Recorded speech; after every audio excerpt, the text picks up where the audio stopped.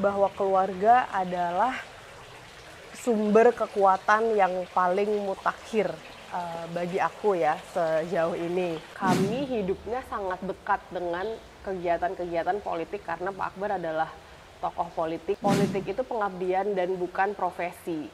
Enjoy the process.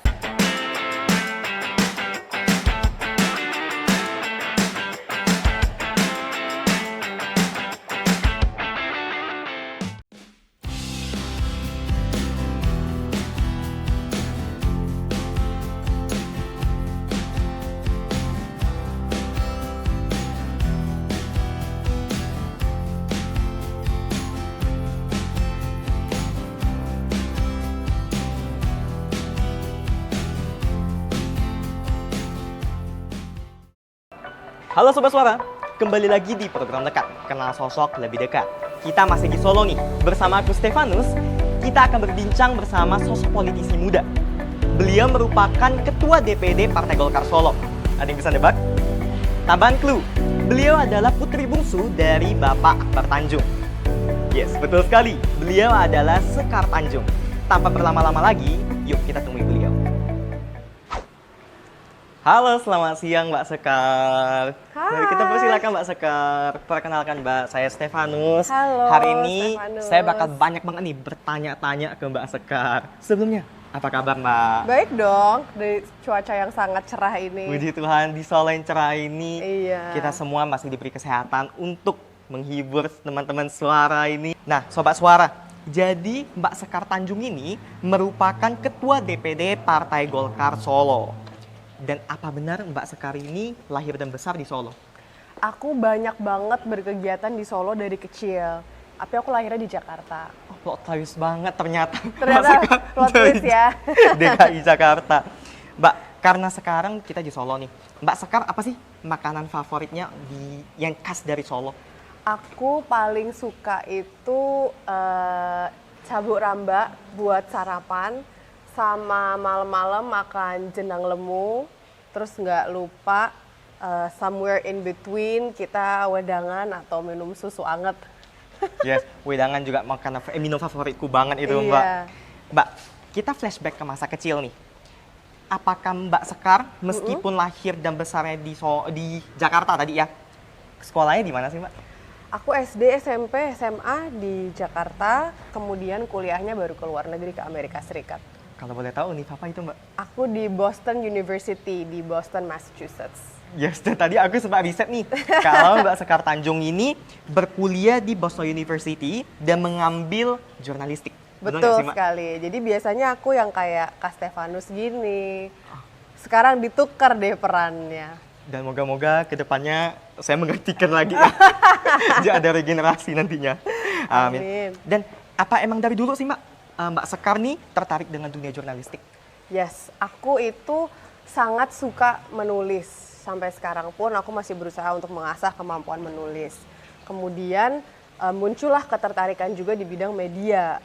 Aku melihat bahwa media itu punya kuasa yang sangat besar untuk mendidik, tetapi juga bisa memanipulasi. So there's interesting paradox there. Nah, akhirnya kita gabungin deh dua itu ya kan, menulis dan media, lahirlah jurusan jurnalistik. Akhirnya aku masuk situ dan jadi wartawan sempet juga. Oke, kalau misalnya interest Mbak Sekar nih di nulis dan media, kenapa sekarang malah berkarir di dunia politik?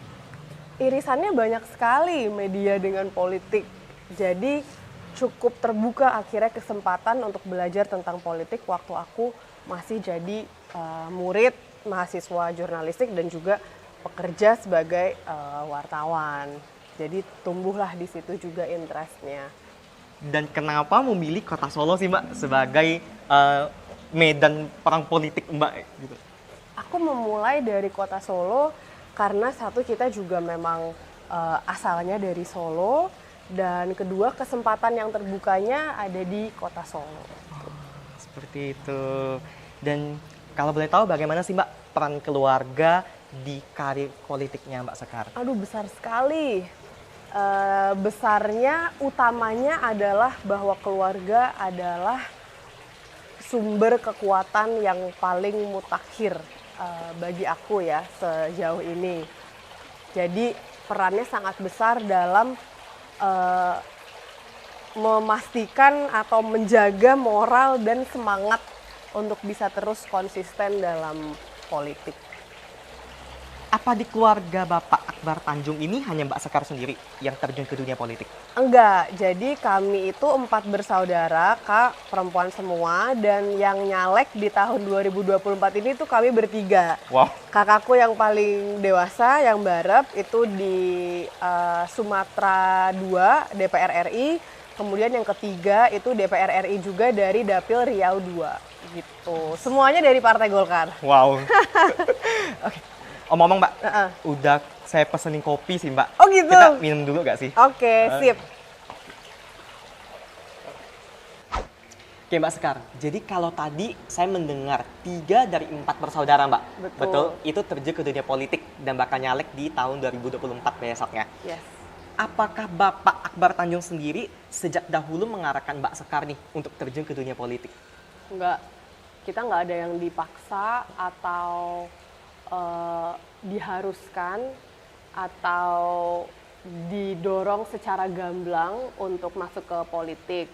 Di sisi lain memang kami hidupnya sangat dekat dengan kegiatan-kegiatan politik karena Pak Akbar adalah tokoh politik yang mana sering mengikut sertakan kami dalam kegiatan-kegiatannya, misalnya kampanye atau silaturahmi partai dan hal-hal lainnya lah gitu, sehingga ketertarikan kami terhadap politik menjadi sangat besar dan ternyata kesempatannya ada sekarang. Jadi ya bismillahirrahmanirrahim lah, ini kami bertiga ikut terjun di 2024. Berarti ide tersebut lahir dari masing-masing individu anak Pak Akbar ya? Betul.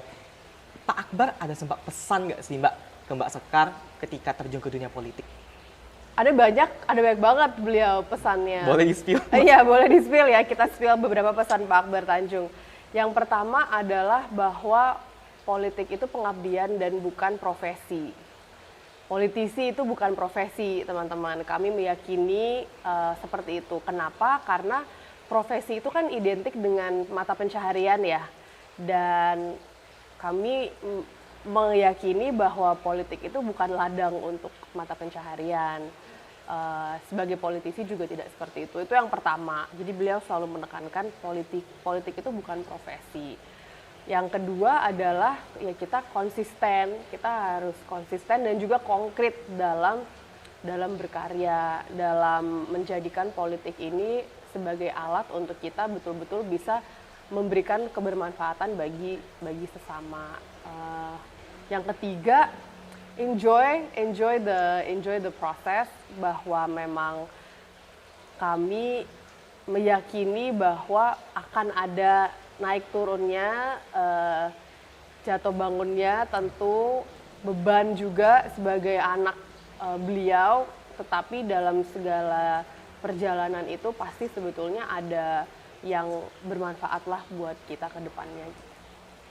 Mantap. Satu statement yang bikin saya tercengang dari mendengarnya, politik adalah pengabdian, bukan profesi. Betul. Mbak Sekar tuh punya siapa sih istilahnya role modelnya atau referensinya ketika di dunia politik ini? Oke. Terima kasih. Dibawain juga notesnya. Referensi di dunia politik mungkin selain Pak Akbar itu sendiri ya. That's a very good question. Aku sampai sekarang belum tahu, kayak nggak ada patokan exactly gitu siapa. Tetapi aku cukup terinspirasi sama apa namanya Alexandra Ocasio-Cortez yang di Amerika. Beliau itu juga masih sangat muda pada saat pertama kali jadi anggota DPR di sana, dan kebetulan satu alma mater sama saya. Wow. Beliau juga dulu dari BU, kemudian sempat kemarin baca-baca juga tentang Angela Merkel yang di Jerman. Beliau juga sangat luar biasa sebagai pemimpin perempuan ya, untuk bisa akhirnya menjadi Perdana Menteri di sana. Dan banyak sih yang lainnya, mungkin kalau harus disebutin semuanya agak nggak cukup kali ya waktunya. Keren banget. Nah, Sobat Suara, kalau Sobat Suara meriset nih tentang Mbak Sekar Tanjung, Mbak Sekar ini juga aktif tahu di dunia pendidikan. Nah, selain di dunia politik, Mbak Sekar aktif pernah menjadi bagian dari Ruang Guru dan sekarang juga tergabung di organisasi Kisah Kasih. Yes. Boleh nggak sih Mbak diceritakan mengenai organisasi Kisah Kasih ini? Oke, jadi organisasi Kisah Kasih ini adalah sebuah organisasi sosial yang kami rintis. Jadi aku dan beberapa sahabatku di Jakarta itu memulai Kisah Kasih pada saat COVID. Dan pada saat itu objektif kami adalah untuk bisa menghadirkan sebuah program cepat tanggap khususnya untuk para pedagang kaki lima di DKI Jakarta. Hasilnya adalah dalam waktu 3 bulan itu kami berhasil mengumpulkan dana sebesar 250 juta untuk memberikan sembako ke 2.500 PKL. Dan dalam proses pembagian sembako ke PKL itu justru kami ajak mereka diskusi.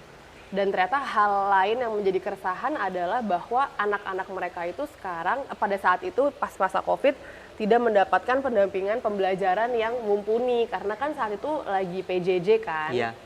Sehingga pelajaran tatap mukanya itu sangat berkurang dan selain daripada itu kami secara pendiri itu juga merasa sangat concern dengan isu khususnya literasi dalam hal pendidikan, khususnya literasi baca tulis, itu literasi yang sangat mendasar.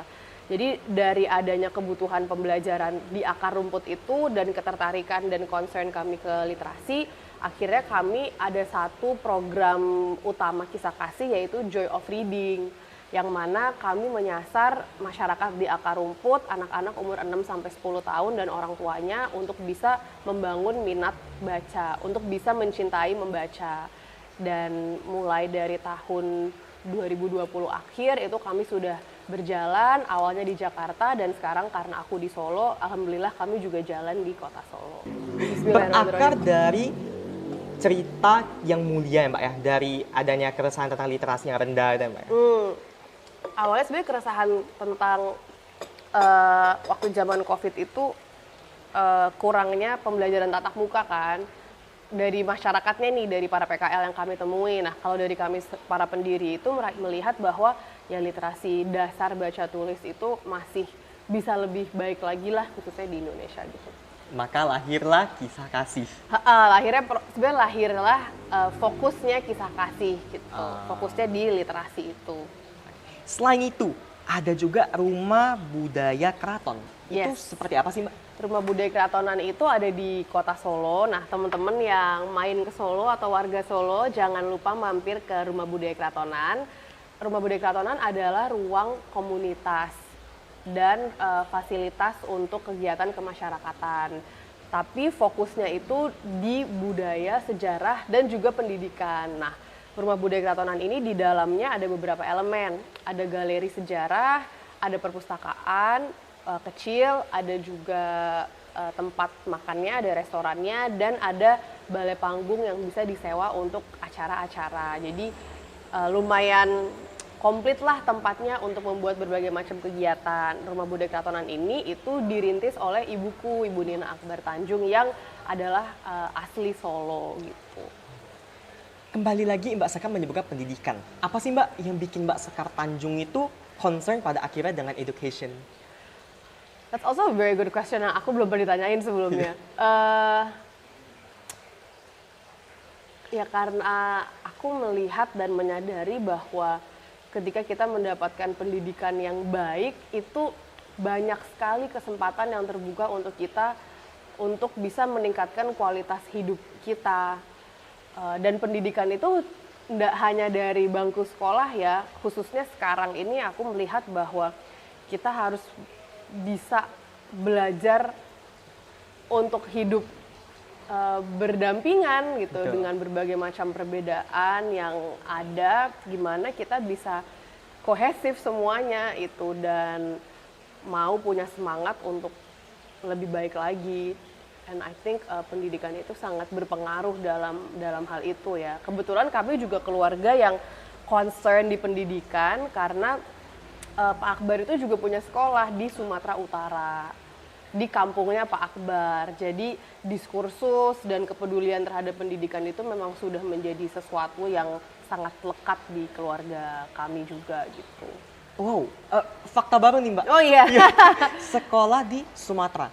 Di Sibolga itu adalah tempat kelahirannya Pak Akbar.